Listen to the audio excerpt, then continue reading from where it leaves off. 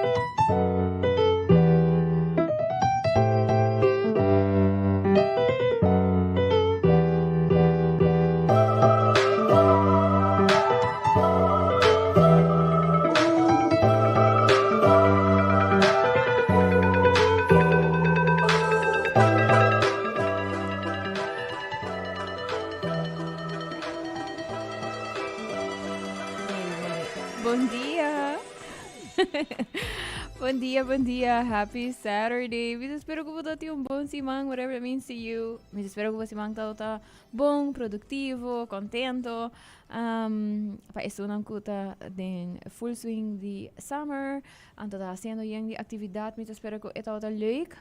Awe, just pa você nos também hasi episódio aqui na inglês. Maneira você tem hora nos tá hasi aqui, não sempre tá code switch, pero tem hora nos hasi episódio não full de idioma of outro, para assim nata seguro que nos gastam por expressar mes e papi di tópico nan kunanta experto de idioma kunanta sinti confortável. Awe, nós só tá papiando na inglês, just pa você Reminder kung sa live rin Cool FM sa Facebook, sa YouTube. Idi Sincerely Carolina. Das bo por haya episode aki live for aki online. Pero tambe ora ko ikaba bo por rewatch and re-listen. Anto otro simang elot available rin bo favorite podcasting platforms sa the Spotify of Apple Podcast. So without further ado, may karabisa daan kinami awesome sponsors for allowing me to talk about whatever I want to talk about. Today, we will be talking about parenting from a place of calm. So thank you to Roche-Posay, to Total, and to Pringles. I appreciate you so much. And of course to Cool FM for the space. All right, so I will begin with letting our guest introduce herself. Clementia, tell us who you are and why you're here today. Why you think you're here today. Buen dia to Henry. Good morning, everyone in Radio Land. And thank you, Carolina, for inviting me to share this space with you. So who I am so many things. Please do tell us about the many things. Okay, so I'm originally from St. Lucia, and some 17 years ago, I migrated to Aruba to take advantage of a dual opportunity of wanting to do my PhD work, my doctoral studies, and also to teach at the University of Aruba. I'm a social worker. In the heart, and I really mean it. I think I was really called for that, and that's my passion, that's my vocation, that's what I love for. And I practiced for about maybe 25 years as a social work practitioner. Wow. And I've worked in various fields of practice, so I bring here experiences working with youth, working in community. My first job as a social worker was a youth and sports officer, so I worked in that area, then community work, and then I was a court social worker for many years in our family court, which I was an advocate for, a special court dedicated to address issues relating to women and children and adolescents in difficult circumstances. And then afterwards, I became the Director of Human Services and Family Affairs. Now, in St. Lucia, our social services sector is not compartmentalized as it is in Aruba, with a lot of foundations providing those services. It's highly centralized, meaning as the Director of Social Services, I manage what would be equivalent in Aruba to Direction Social Isaac SBHA, that is Services for Children and Persons with Disabilities. Okay. Also Sabbath, who I actually manage the home for older persons in St. Lucia. And also Direction Valdera, that is Child Protection, also Bureau Sostenemi, Fundación Guiami. I mean, the whole gamut of social services is all under one roof that I manage. So this is who I have been as a practitioner. And academically, I just finished my doctoral research, my PhD, so to speak, from Anton de Kom University. And I have a master's in clinical social work from Howard University in Washington, D.C. I did my bachelor's in social work at the University of West Indies in Jamaica. And I also have another part of me. I'm very religious and spiritual. I think I do the intersectionality quite well. Some of my friends don't understand. So I have a degree in missionary catechesis, which is equivalent to Catholic theology, but specialize in teaching of the faith, which we call catechesis. So I studied in Rome. I studied in Rome many, many, many years ago. And it was a bachelor program, and it was in Italian. So we had the first crash course in Italian. And so this is me in capsule. And I'm also a mother and a single mom of a daughter. So this is who I am in capsule. And at the moment, I am an assistant professor at the University of Aruba in the Social Work and Development Program. Oh my gosh, I'm so happy that you did this very extensive introduction, because I always ask people to do it. And generally, they only focus on like the specific area, why they're here today type of thing. And then I have to like ask follow-up questions to get them, like out of that shell, because, you mentioned also the word intersectionality. You are who you are because of all of these identities, and that is what you bring into the work that you do, but also the perspective that you have, right? Very interesting sidetrack. I do want to know, do you still practice Italian or not at all? No, parlo italiano, pero no.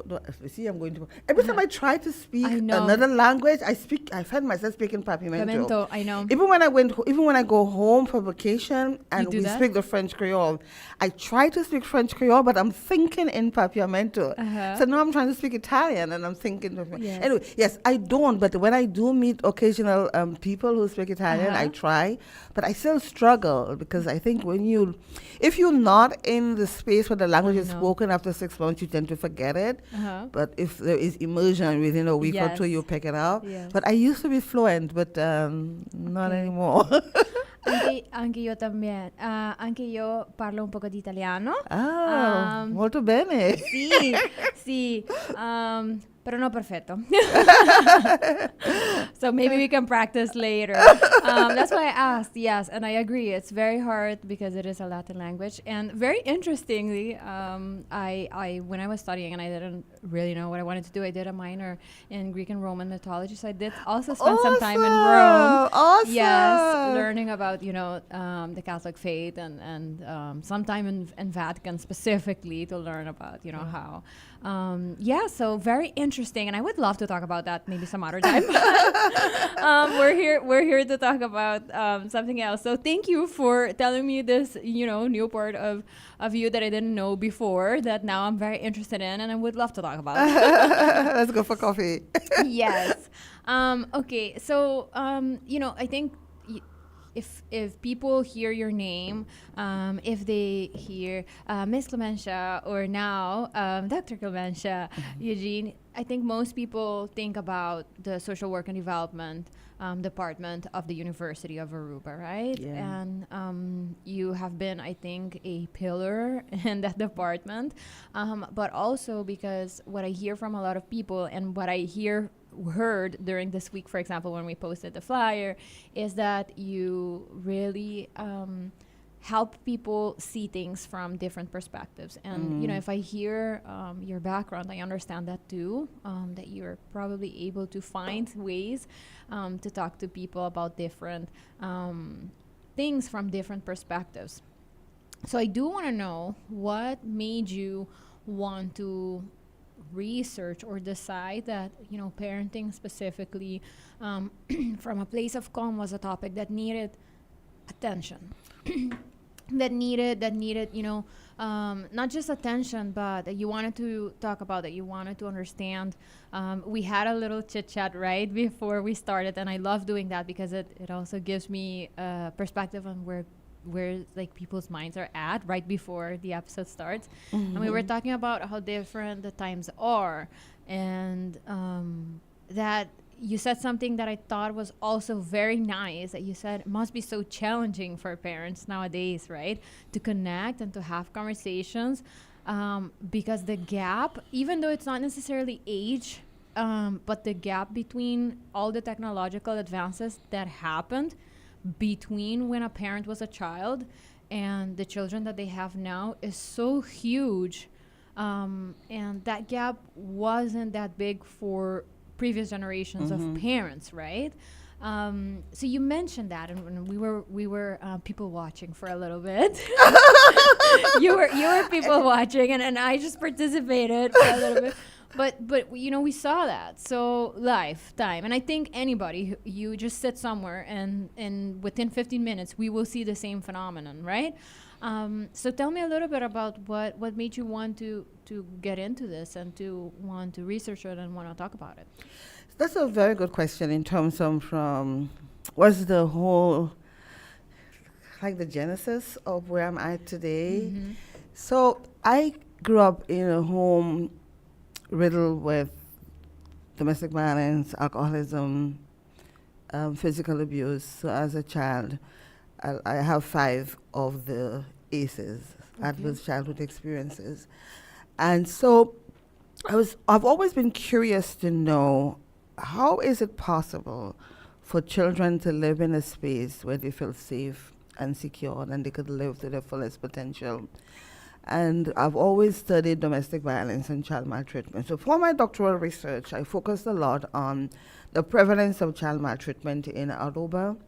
And I was concerned about the high prevalence. You're talking about 7 out of every 10 children in Aruba experience some form of child abuse. And that disturbs me. So I haven't found the data, and I use a particular theoretical perspective. My quest now is to contribute to the response, to contribute to remedying that situation.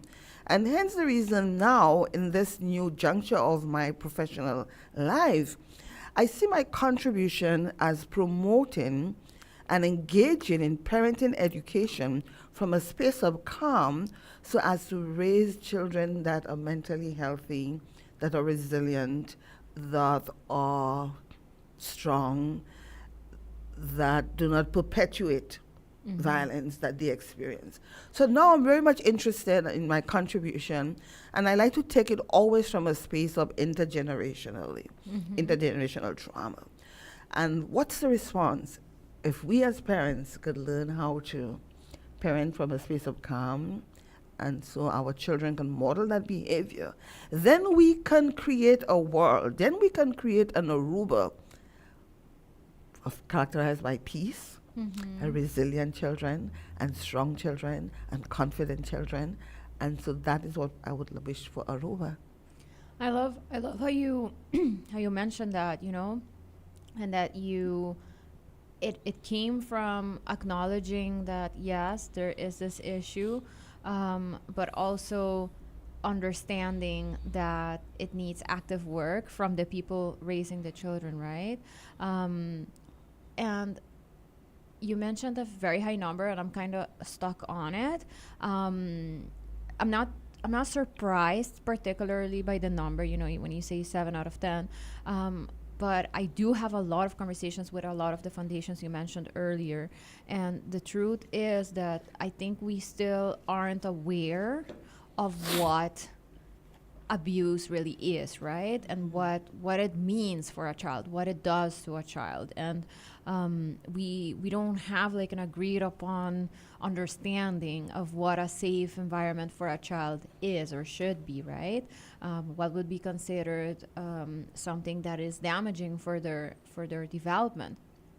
And then and we can talk a little bit about that if you want, but I'm also interested in understanding when you say a place of calm, right? What are you what do you hope to mitigate from that place of calm? What is the type of abuse or the type of, or the behavior that would then, be mitigated when parents parent from a place of calm?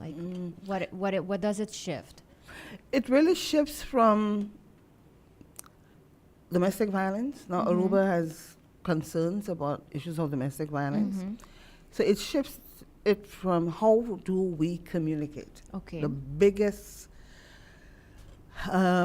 concern or the biggest response would be improving interpersonal communication at all levels within the family. So within spouses, within partners, and then within children and parents. So when I talk about parenting from a space of calm, it's another way to say effective communication. But the word communication is so broad and has been beaten around for so long. So I prefer to say calm because then it speaks directly to the behavior that we want change and the outcome that we expect. Yeah. So that's what I'm referring to. How do we do that? And what does that look like? Okay, so it really looks like, instead of responding and reacting, that we listen attentively to each other. And how do we listen? And it means that we need to be able to really keep quiet and listen to what the child is saying, or what your spouse is saying, or what your mother or father is saying, and to ask questions of clarification, and to respond by speaking softly and calmly, and using words, kind words, as opposed to harmful words. Yeah? And also to be able to say, I am sorry. Forgiveness is one of another critical ingredient of parenting from a space of calm. It means also being able to observe, because not all of us have the capacity to express how we feel and our emotions. No, expressing feelings and emotions don't come easy if we don't have the vocabulary. But then we would respond using nonverbal communication, using our body language. And so how do we learn a new way of expressing our feelings? It requires being able to make I statements, being able to observe behaviors and try to understand what is the meaning of that behavior. So I use a lot of the iceberg model in my practice, in my teaching parenting. So you see a particular behavior, yelling and screaming, but this behavior that you see and hear, yelling and screaming, beneath it is communicating something. Could it be fear? Could it be some intergenerational trauma that's been triggered? So how do we go deep beneath the surface to identify what is the unfelt need? What need is not being met? That's why I'm screaming and I'm shouting. Now, as parents, we do that well when our children are born. If they are crying, we think maybe they are either hungry or the diaper is wet and it needs to be changed. But what happens when the children get adult? That intuition, it doesn't come naturally, And so we need to learn those. These are behaviors that can be learned.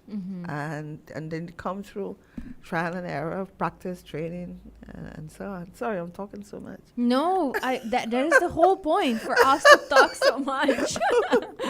But thank you for that explanation. And you mentioned a couple of things that I think are, everybody's, I don't want to say, maybe not everybody, but a lot of people, certainly the people that listen to Sincerely Carolina, have heard these things before, when we talk about being reactive and responding, right? Rather than listening. Like, we hear this, and I often talk about these type of things in different contexts, and, we can talk about it in the socioeconomic context, the pressures that people have. A lot of people are surviving, or people are doing, the job of multiple people at the house because there's just one parent, for example, or children who are doing adults' jobs, right? Because the parents aren't there, etc., which makes people be tired, and exhausted, and just And it takes energy anytime we want to change a behavior or we want to learn a new behavior, or a new pattern, a new habit. It's going to require active work, for you to catch yourself in that moment and choose different than whatever muscle memory is about to happen.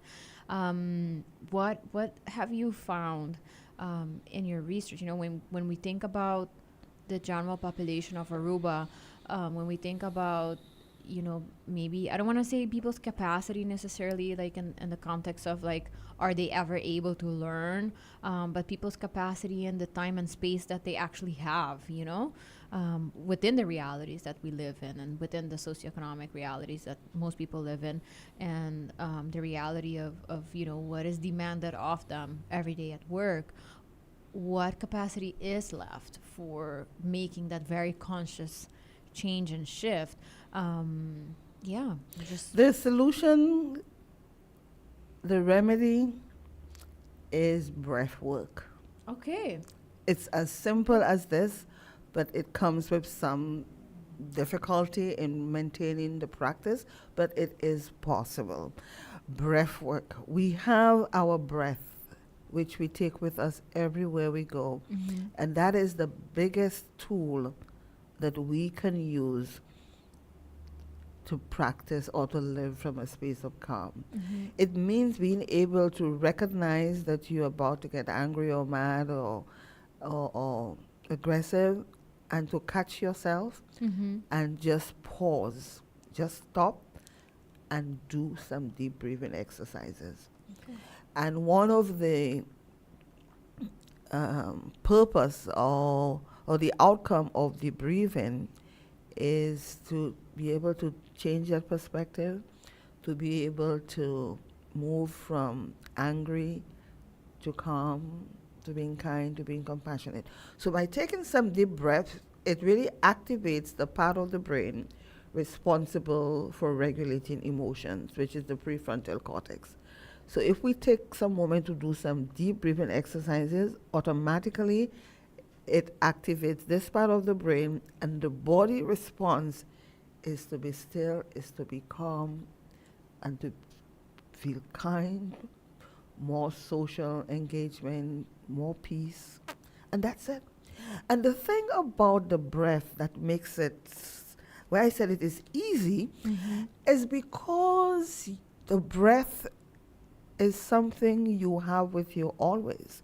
You take it with you everywhere you go. It is free.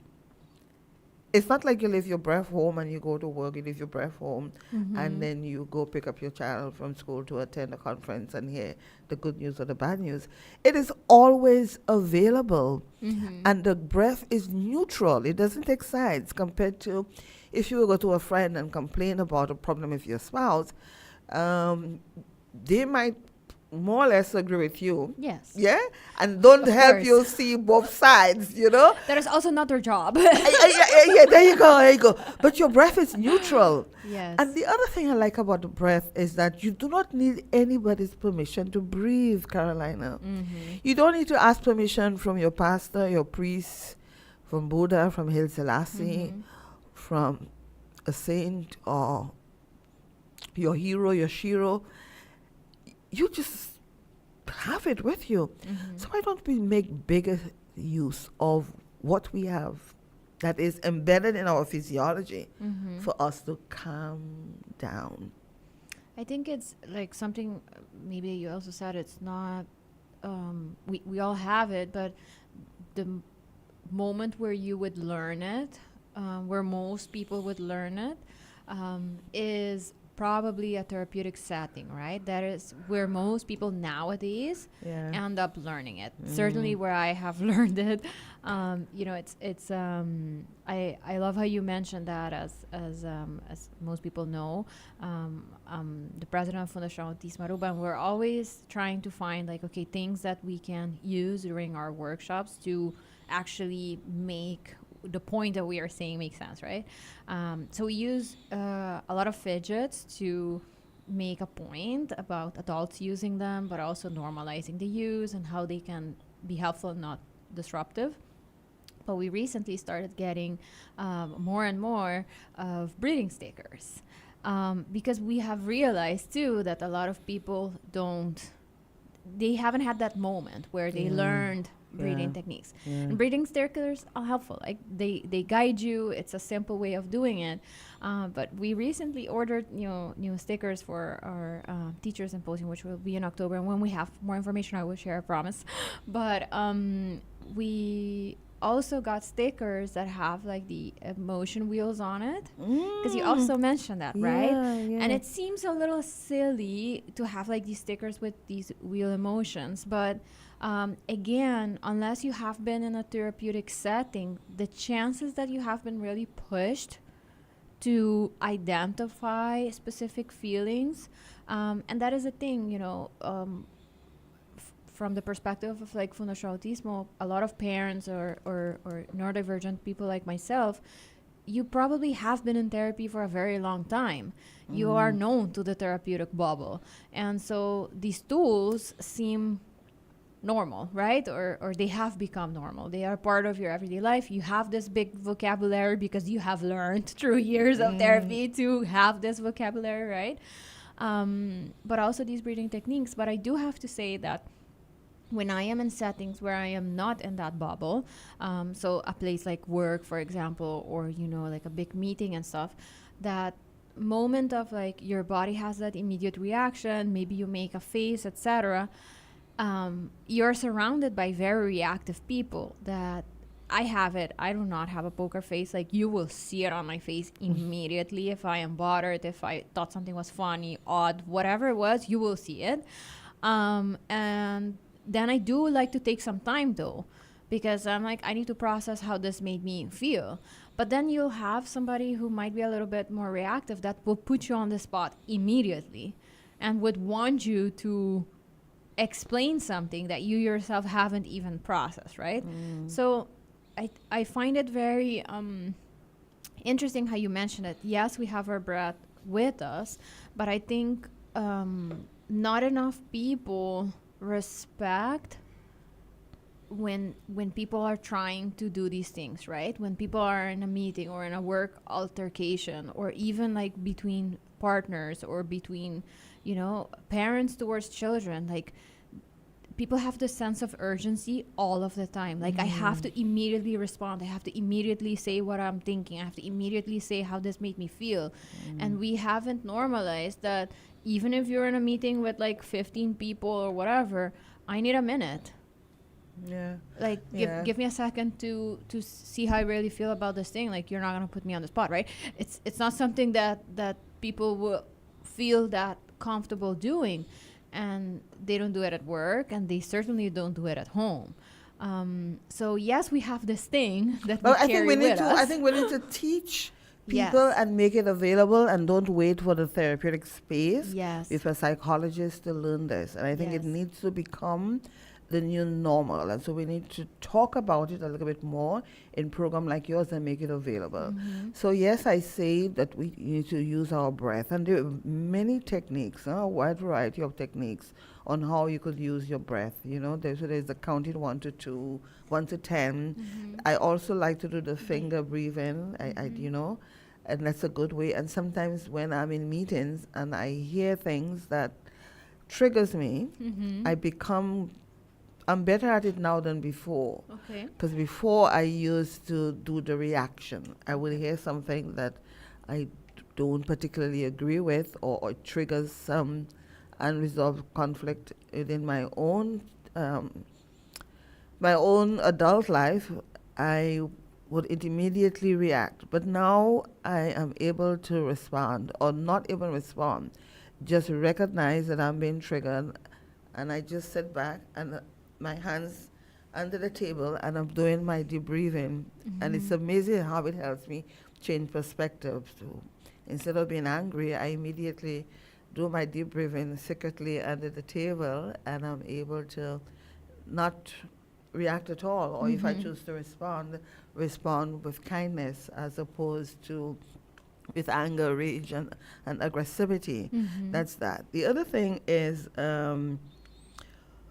it's okay to say that this or if somebody were to ask you a question directly, of course, you can't ignore, and you don't want to react because you're busy working on yourself from a space of calm.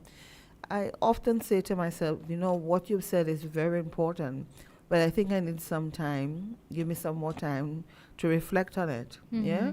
Or sometimes I would train my students to do it this way and to say, because sometimes you feel you just need to get out of the room as a way of controlling your behavior and controlling your emotions. And you know who you are. If you were to stay in that space, you might erupt, no? And it might be not the behavior that you want to demonstrate. And you simply say, but this is very important, but can I be excused for a few minutes? I really want to work on a project, or I want to respond to something that just come up. But that thing, it's you. The project is you. You are the person that needs the time out. So just give me a few minutes. I think I want to attend to something very important, or to a project, or to a task. But this is you. So you go out into the bathroom and you wash your face, because water has a sense of calming. Or sometimes I would just wash my hands, and I do this. I go to the bathroom, I just open the tap, and I just wash my hands. And in that process, I focus on the smell of the soap, the sound of the water, and that helps to do the shift in consciousness and the shift in emotional regulation. So there are some little tips and tricks that I've been practicing over the years, that I have been reading about, and I think these are some of the things we need to begin to teach people. And it is so important, because I don't know if you're familiar with a study that just came out. It's a study, I can't pronounce the names of the people who wrote it, but the study, it's in Dutch, and it translates to The Shadow Side of Aruba, Youth Crime, Vulnerability, and Resilience. It just came out in this year, and it's a study coming out of the Office of Public Prosecution in Aruba. I don't want to pronounce the name because I might say it badly, but it's very, very troubling, the results. The results is talking about the state of juvenile delinquency in Aruba. And it says 1.5% of youth are engaged in conflict with the law, and it's not a justice issue. They argue, having done the research, it's as a result of family disruption, domestic violence, poverty, parental separation, neglect, inadequate supervision, and that youth are seeking a sense of belonging and identity in Aruba, and so the parents are not available to do that, and they seek support in their peer group, and that's the reason why we have a concerning number of young people who are involved in assault and threats and public violence and use of firearms. I read this and I was concerned, and my reaction is, what can I do? I feel as if I have a responsibility. Sometimes my friend says, Clem, you think that you are Jesus Christ, and you carry the world of the weight on your shoulder. But I'm like, Clem, this is parallel to my study on child maltreatment. Yes. Yeah. So it means, therefore, as parents, we have a responsibility for the small, it's a minority of our young people. Most of the young people in Aruba are doing very, very well. It's just a minority. But if we do not pay attention to it, it can grow and tarnish our beautiful, Dushi Aruba. So, again, that's why I have decided in this next phase of my life, my contribution, my mission, my vocation, my passion is to really empower parents so that they can better support those children who are at risk. Because I desire a world, I desire Aruba where our young people and our children would thrive. And so the responsibility really begins with parents. And teachers are already doing their job in terms of the education in school.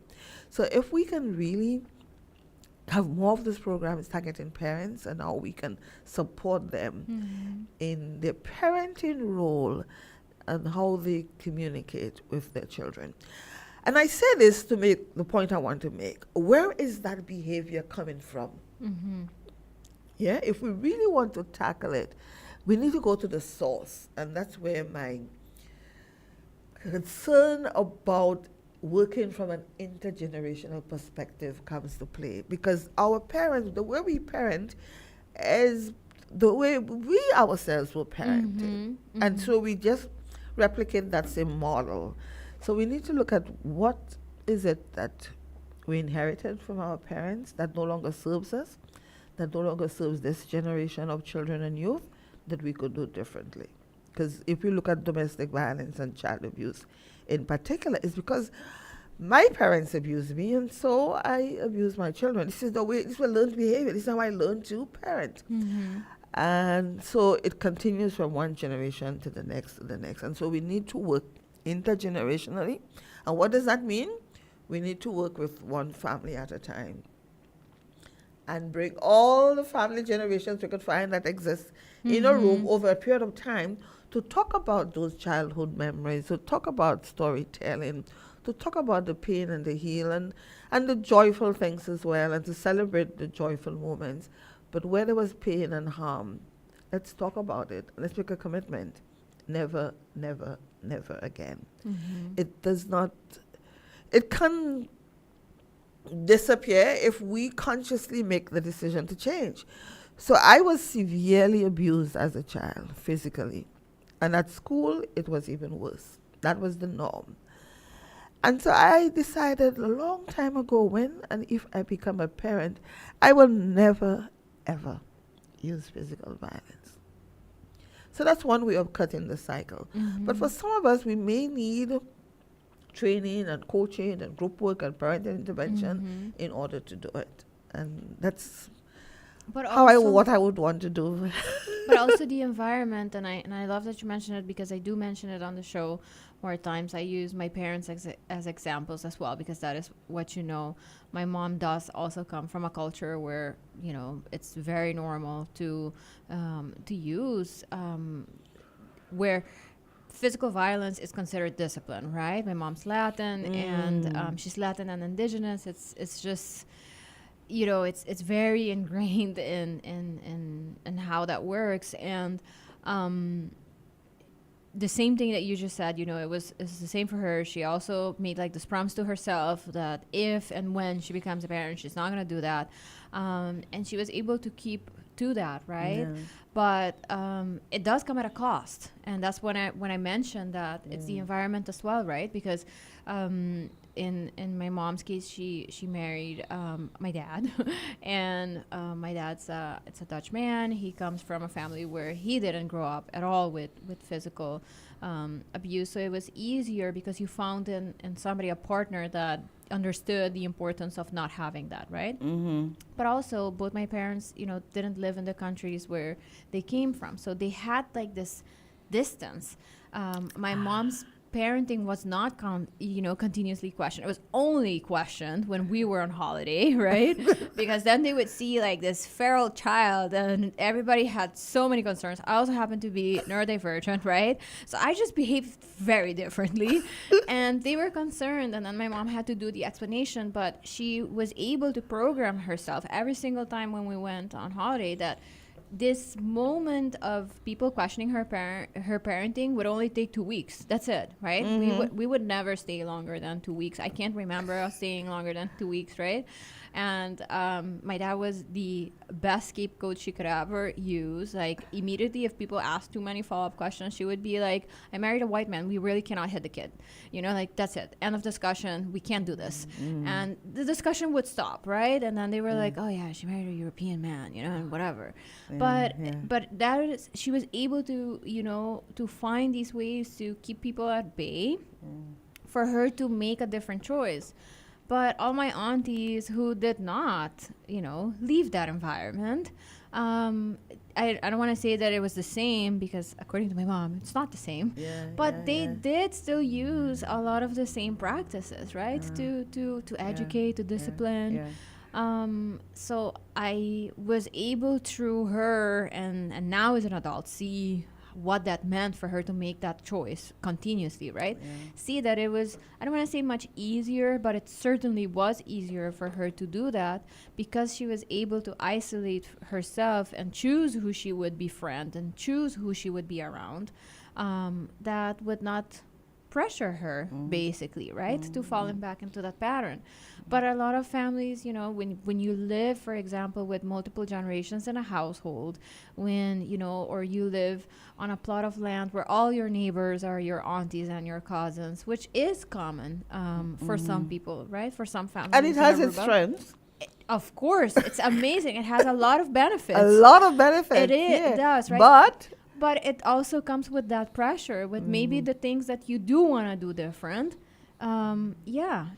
And so we need to be able to work intergenerationally, because it's not easy to break the cycle. You have a perfect model, example of having relationships outside of that generational tradition of parenting, and that is one way of breaking the cycle.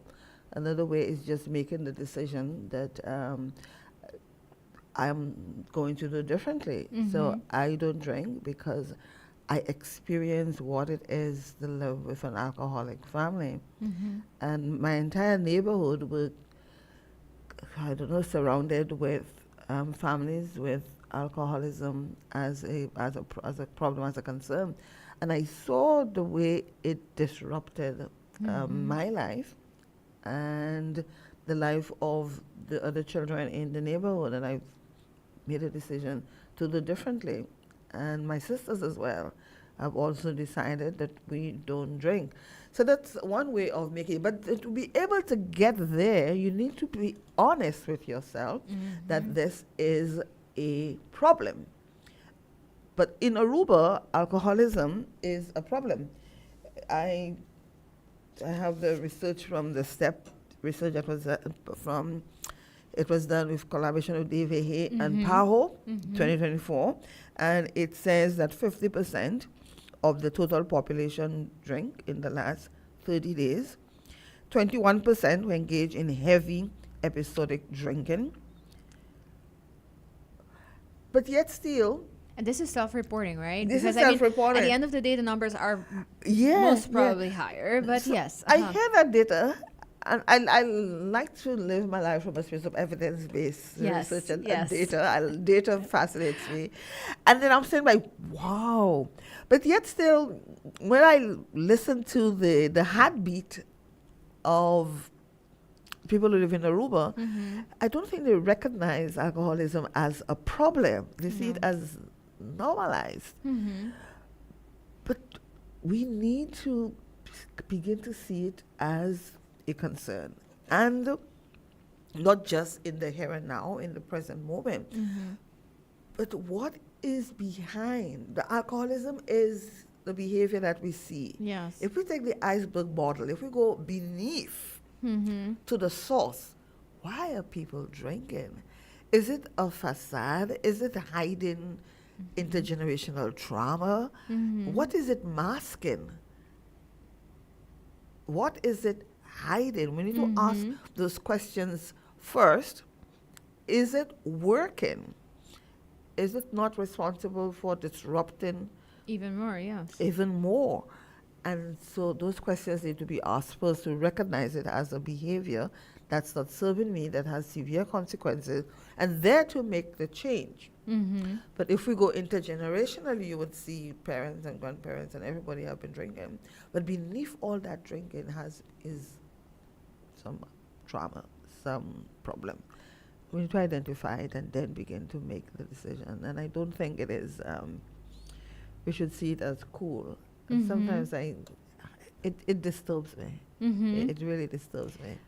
It worries me when I see this. And I thought, again, I don't leave it at that. I say, what can I do? And I try to do little things in my own spaces. But that's good. That's good. And that also, sets an example that, I don't want to say that, like, oh, your life has to be an example, but in the sense of, like, the choices that you make, but also, how you carry said choices, or how you mend, things. They show the people around you that there is a different way, that there is, a way forward, that, that something is something different is possible. Yes. It was you mentioned the drinking and it not being an issue, which is kind of reminded me of something. As a lot of people right now we're in the. It's like we go in and out of the dieting craze in the world, right? It's like apparently being super skinny is like in now again. So a lot of like conversations, etc., around dieting is like normal again. I feel like for a while people didn't really talk about that, and now it's back on. And one of the things that come up a lot when you talk about dieting is alcohol, obviously, because it is high calorie and it is disruptive if you want to have like a healthy life. And something that I have heard continuously coming up in conversations is that it's you now have like GLP-1s, etc. And I was talking to somebody about it, and I mean I don't hide it. If you follow me on my social media, we have been on a very long trying to conceive journey, which also included a lot of weight gain and eventually weight loss with the help of medication. And I'm open about it if people talk to me and ask me about it. And one of the things that I said is it made my stomach like a lot more sensitive, so I don't drink anymore. And people will ask me like, oh, do you want to drink? And I'm like, no. And then they're like, why? And then if I feel like it, I will explain. I will be like, it makes my stomach upset and I make choices. I'd rather it be upset because I had the snack that I really wanted to have rather than the drink. Like, there is no benefit gain in that moment for me. But then, I talk to people and I've heard conversations which seemed very light, and I chose not to get into them too much, and sometimes I do choose to get into it, but of people that stopped their weight loss journey because it disrupted their drinking. Because and then I'm like, okay, why were you doing weight loss in the first place? Because then that also says something. Are you doing it because you just want to look better, or do you want to actually get your health on track, right? All of those things determine how motivated you are, for example. But and then people will be like, no, because like if I can't have drinks, then it's all worth it. And I'm like, is it the drinks? Because usually if you say like that you have the drinks because you're having like a good time with your friends and stuff, you can still make healthy choices and have like a good time with friends, right? Like, why is a drink such an important thing? But how about drink with a limit? For example, also, right? You don't have to drink and then get drunk and disorderly and then have difficult conversations. But it was result to violence. exactly. But it was But such you could an drink in important, moderation. But it was such an important like decision maker, right? And that worried me because it almost made me feel or wonder, are you unable to spend time with those people that you say you love and enjoy without having to dampen some of your sensories? Yeah. But then I'm like, maybe I don't go that deep into it because, like with people, because it's like, it depends who you're talking to if you really want to get into it.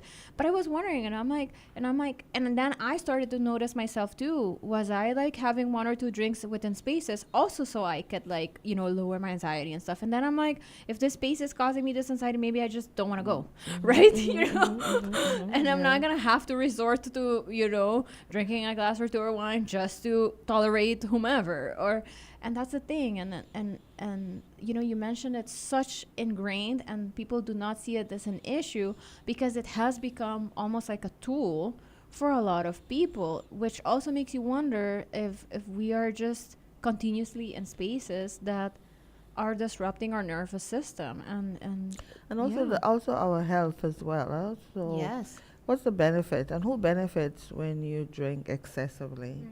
Look at the number of vehicular accidents in Aruba and how many as a result of, drunk driving. And how many domestic disputes happen in families as a result of, alcoholism, and what impact that has on children. And what message are we communicating with our children about this sort of behavior? So my space or my point of departure is not that we could have a world that is perfect, and no world is perfect, no family is perfect, no social institution is perfect. But can we think and dream of a world and a space where there is moderation Mm-hmm. and health becomes what's more important, and good relationships become what is important, and creating healthy spaces for our children to thrive so that they can live to their highest potential? That's that. And also, it goes back to, for me, it's the role of parents. And also, some of it, a lot has to do with our choices, but our choices can be influenced by what we have inherited in our DNA. And we can't run away from that. Some things are just inherited. Mm-hmm.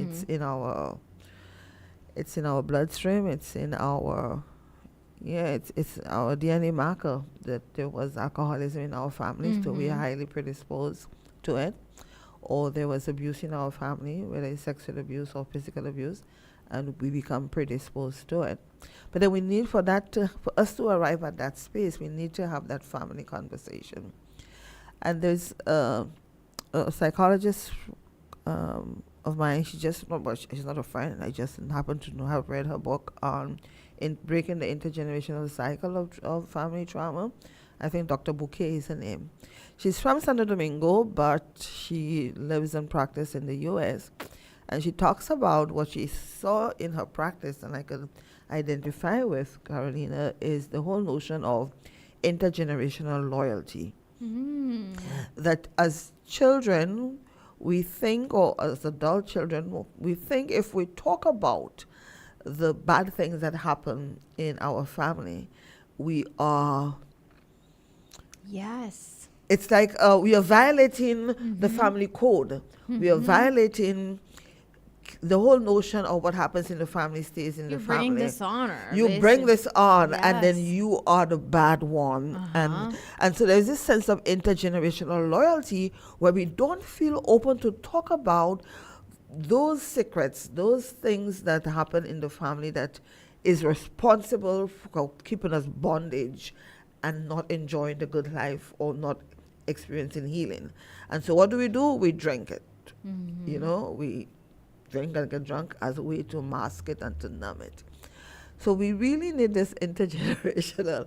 And so we feel if we do talk about it, and I have experienced that in my own family and in some of my practices, there is this issue of guilt, Mm-hmm. of survival Yes. guilt, Yes. that, and then you go and you sabotage yourself, in order to fit in. But that doesn't serve us. So that's why I'm so interested in advocating and promoting, doing intergenerational family work and then giving ourselves permission to break that intergenerational loyalty so as to experience healing and wholeness and recovery and don't repeat those mistakes in our family. So that's the conversation I wish we could have more of to address the issues of child abuse, domestic violence, alcoholism, and all those ills, that we have in our family today. I don't know what you think about it, if I'm making sense. I am like, I loved it. Like, as soon as you said it, it clicked, and I am gonna look this person up, and I'll ask you to send me some information. Yeah. Because that is it puts a word into something that I have seen. Like you said, there is always like the pros and cons of growing up like with all of your family around you or not. I carry absolute no sense of like that loyalty thing, right? and so it's like it's very freeing, but at the same time, it's lonely because I do not have like this this group of people that I can always count on. So I see both sides of it. And I get to long, what others, people like my husband, right? He did grow up in a very large family, and they come together. And I enjoyed that I was able to marry into that, and that you get to experience all the, the sense of like large families and the sense of what a last name means, etc. But then I also get to be able to see when I'm like, maybe this is a little bit too much, and we do not have to participate if we don't want to. But it's a very interesting experience, and I was never able to put a word to it, and now you mentioned it, and I'm like, yeah, that makes so much sense. Yeah. So thank you for ending today's conversation with Oh, is that. it end? Yes, it Oh! is the end. I was gonna that's say, quick. I usually ask people like, what is something that you want to leave people with? But I feel like that was a very great way to leave people with. What you just said. It's for people to choosing to be conscious, to have these conversations, and try to move away from these habits that don't serve us, right? Yeah. And break that loyalty. And when we say break that loyalty, it's not like in a negative way, but just the parts that are The parts contributing to that the are not negative. positive. I Yes. mean, they're beautiful things we've inherited and traditions Exactly. and values we should hold on to. Yes. But those that don't serve us, there's no need to keep it a secret. Exactly. There's no need to hide it because it's responsible for the pain that we carry. Thank you so much. Oh, thank you. I enjoyed Clementia. this. I thought it would have been... The time went by quickly. It does. I told you, it does go Oh. by. I love talking, and you like to talk too. And I like I said, I always try to invite people that I am interested in talking to, that I think would be nice conversationalists. Because, yes, it's a nice conversation. But I do think we should do a follow up. So I will reach out for that. Thank you so much. I enjoyed this. Wish you well. You're doing great work. All right, so if you heard this towards the end, do not worry. You can listen back on Quill FM's YouTube and Facebook page, on Sincerely Carolina's YouTube and Facebook page, but also on your favorite podcasting platform, whether it is Apple Podcast or Spotify or whichever else you use. You will find it on Tuesday. Yes, we will be back again next week. Yes. Next week, we will be talking to Minouche. It is the week of Breastfeeding Awareness Week. And I have had Minouche before on the show. And so we will be talking a little bit about this. We'll have some moms and talk about breastfeeding and the importance of, continuing to talk about it and making spaces safe for moms to breastfeed, for moms to feel comfortable to breastfeed. So we'll talk a little bit about all of that. So stay tuned for that. By the way, if you haven't seen the flyers, I am doing a community involvement summer camp again this year. It's a project with Sincerely Carolina. What that means is the teenagers get an opportunity to meet some of the organizations that have been on Sincerely Carolina and understand the work that they do, but also so they learn about the work that they do, but also learn to advocate for organizations in our community. So if you have a teen between 12 and 17 years who might be interested, we still have some spots open. Just look up Summer Camp by Miss Carolina. You can just look Sincerely Carolina up and you will find it. I will see you again next week. Please be nice, be kind, make better choices in your everyday life. Thank you to my awesome sponsors who allowed me to talk about whatever I want to talk today. And today I wanted to talk to Clementia about parenting from a place of calm, and went in all the right places. So it was a very nice conversation. Thank you to Pringles, to Total, and Roche-Posay. I appreciate you so much. See you again next week. Bye. Hi, I'm Carolina, and I am the host of Sincerely Carolina, a series of educational conversations about current social issues with local and international experts. Make